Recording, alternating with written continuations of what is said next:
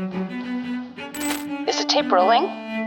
My name is Miranda. I'm a native English speaker, and this is my confession. English is the official language of 67 countries worldwide, and more people speak English today as a second or foreign language than they do as their mother tongue. So what is a native speaker, and should you be learning how to speak like one? Who decides which English is the measurement of good English? Every country has a wide variety of accents. The way a person speaks also depends on other factors besides region, such as age, class, and education.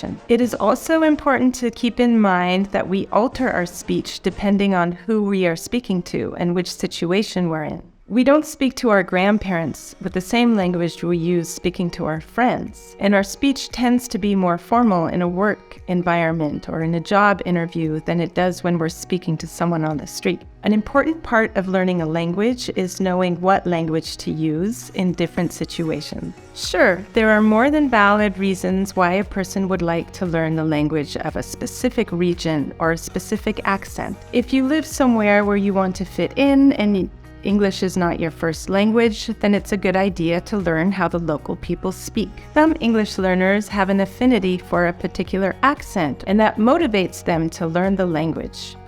And other learners, they just like the way a certain accent sounds. That's also okay. I would recommend anyone to learn English from someone whose accent they enjoy listening to. At the same time, I find the trend of teaching learners to speak like a native problematic in some ways. As an English teacher, one complaint I have from students particularly stands out to me.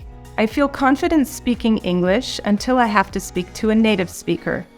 I can have normal communication with other non-native speakers and participate in conversation until a native speaker comes up. My American colleague approaches me and all of a sudden I feel like I don't understand anything. Okay, so I'm going to fill you in on a little secret about native speakers. This will include some generalizations about native speakers that is particular to native speakers of the English language. Many native speakers living in the Anglosphere tend to have a lack of understanding, even empathy, for people who are learning English out of necessity. This is because we have not had to learn a language for survival. In fact, we have hardly had to learn a second language at all. We are so spoiled. Sure, we learned foreign languages at school. I took 4 years of Spanish in high school, but remember that our first language is the default lingua franca of the world right now. We are so used to everybody learning our language that we take it for granted how hard it is for you. We have no idea that you struggle to learn English as a second language, and we don't always realize that learning a language is a spectrum, and you could be anywhere on that spectrum from beginner to advanced or fluent. Another thing that many native English speakers don't realize is that they themselves are using language that is local or regional due to cultural globalization and the spread of mass media. Many English speakers just assume that you're aware of the culture. Many of the expressions they use are from television or popular culture that you may not have been exposed to. Many native speakers that you may be struggling to understand simply don't realize that it takes an effort for you to follow the expressions they're using or their accent. While in most cases this phenomenon comes from a lack of understanding or not realizing that the language they're using may not be universal, but this ownership over the language can also lead to arrogance. I would like to believe this isn't the case, but certain things I have heard and seen remind me that this is unfortunately true. Take, for example, this comment I found on someone's YouTube channel. I'm from London and I don't bother changing my dialect or how I pronounce because I simply don't want to.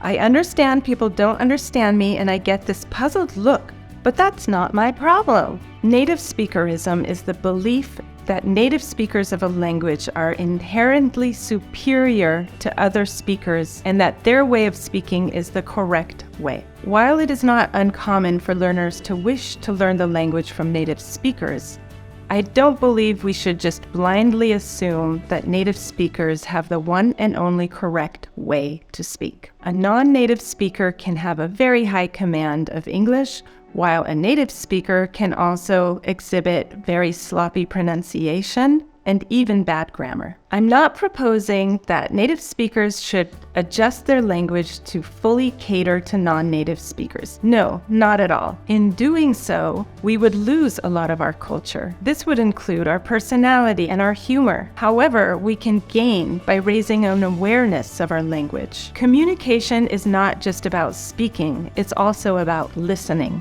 It's a give and take. What is the goal of communication? It's to understand and to be understood. In some situation, that does require compromise. I know that in academics, people are encouraged to choose one style and to stick to it. But please don't think that mixing different varieties of English will somehow disadvantage you in everyday communication. If you're following tutorials that teach you how to speak like a native in terms of obscure vocabulary, slang, or reductions, I also want you to be careful about something. It is generally accepted correct English when we use contractions. This is, for example, saying didn't instead of did not, or couldn't instead of could not. You should perfect these contractions before you move on to learn any kind of reduction. So I know there are videos that are really popular about how to speak fast and how the words are reduced when you do so. For example, instead of saying, I wouldn't have done that if I were you. If I want to say it super fast, as an American, I would say,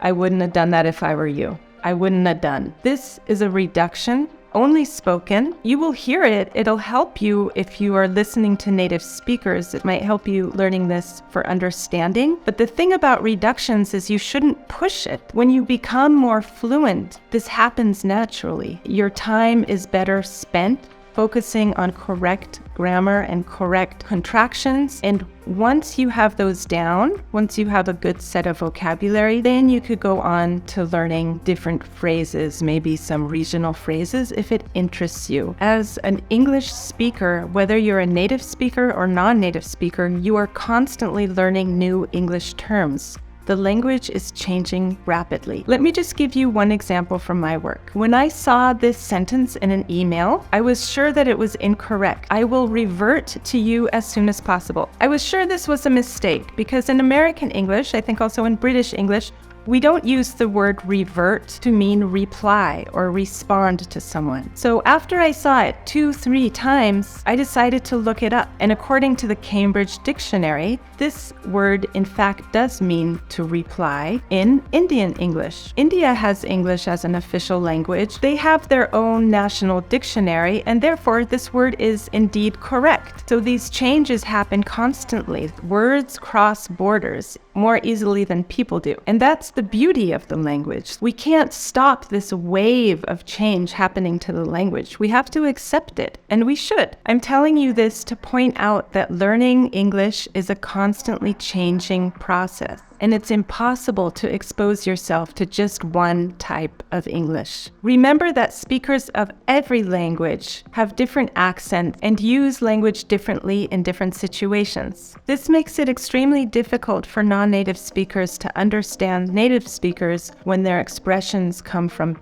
baseball or local politics. So which accent should you aim to have? That's a very personal question. First of all, there's nothing wrong with having a natural foreign accent. Instead of focusing on a specific native speaker accent, I would focus more on having a neutral accent and expose myself to many different accents in English. The aim should be to speak clearly and naturally. I hope that you set a goal for your English learning. Do you want to speak like a native speaker?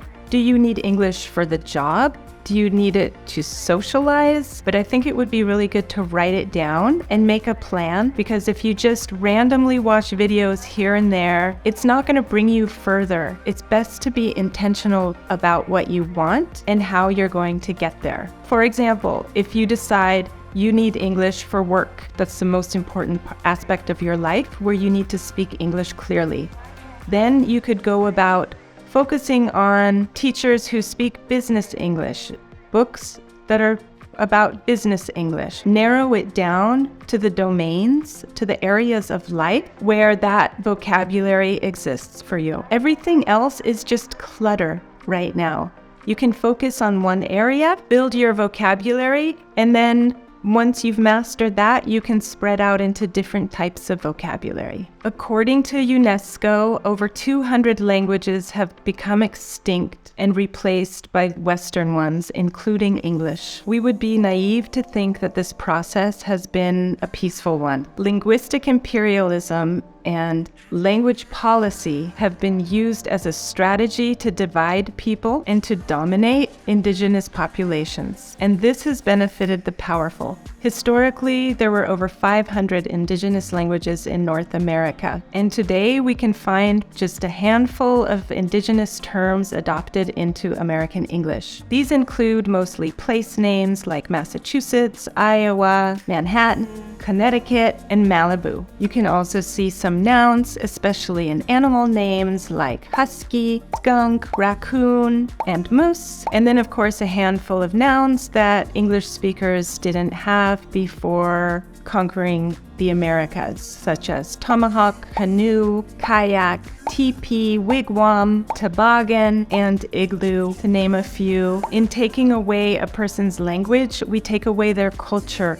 We take away ideas that are embedded in their culture through language. This is why you won't see an American flag or any other national symbol on my YouTube channel or on my website. English should be promoted as a tool to let you communicate, to succeed in your life, to express ideas. English of the 21st century should not be attached to one ideology of one nation or one set of nations. Especially teachers should be mindful of the historical and political events that led English to become the global language in the first place. Colonization, wars fought, borders drawn, cultural globalization, those are all events that have come with a heavy price. Loss of life, loss of language, loss of culture and cultural identity, all resulting in inequalities that are still present today. English as we speak it today needs to be flexible, adaptable, and constantly reinventing itself. The English I'm speaking now is not the English of my grandparents. Words get canceled. Words become obsolete and change their meaning with time. This is a tendency that should not be dictated from an outside force or from above, but should come from the bottom up, through the people. Words are invented when people have a need for new meaning and new ideas. These ideas are negotiated within the society and they spread across borders with the language. What will the English of the future look like? Will we have Chinese English? Or maybe, through political change, English will no longer be the lingua franca. Maybe another language will surpass it. Look at this list of English terms that were recently added to the English language. You can see that they stem not only from the recent global pandemic, but also from shifts in the workplace, changing gender identities, and even from other languages. So with all these influences, how should you become fluent? To become fluent, it is important for you to immerse yourself with all kinds of English speakers. Absorb content that will benefit you in everyday life. If an accent is hard to follow, leave it and change to something else. Focus on speaking clearly. Speak as much as possible. Keep a journal. Write everything down. Don't be afraid of mistakes. Don't be ashamed of your accent. There are billions of people on the planet with accents, most of them probably stronger than yours. Some of those are native speakers who can't be understood by other native speakers. Find people you can speak to and be understood. Speak to yourself. Speak to your dog. Speak to your houseplants. Speak to people who won't judge you. If you read things you would read in your own language. Read things that interest you. Consume learning material that doesn't frustrate you, but challenges you. Just the right amount. And once you've found that, stick with it. Find something similar. Follow a path that is just the right amount challenging and doesn't frustrate you. So many studies show that we work better when we're in a good mood, and we work better when we feel good about ourselves. Experts even say when you sit down to do something, you'll be much more productive and do a better job, be more innovative, if you say something positive to yourself beforehand. Sit down to write something in English, tell yourself you're gonna do a good job. Remember that everyone learns at their own pace. Don't compare yourself to others, especially don't compare yourself to native speakers or those who speak better than you. Compare your English today to how it was yesterday. Set goals, but set reasonable goals. And don't be hard on yourself if you don't meet them immediately. It takes time. And let me know in the comments, are you going to change anything to reach your English fluency goals?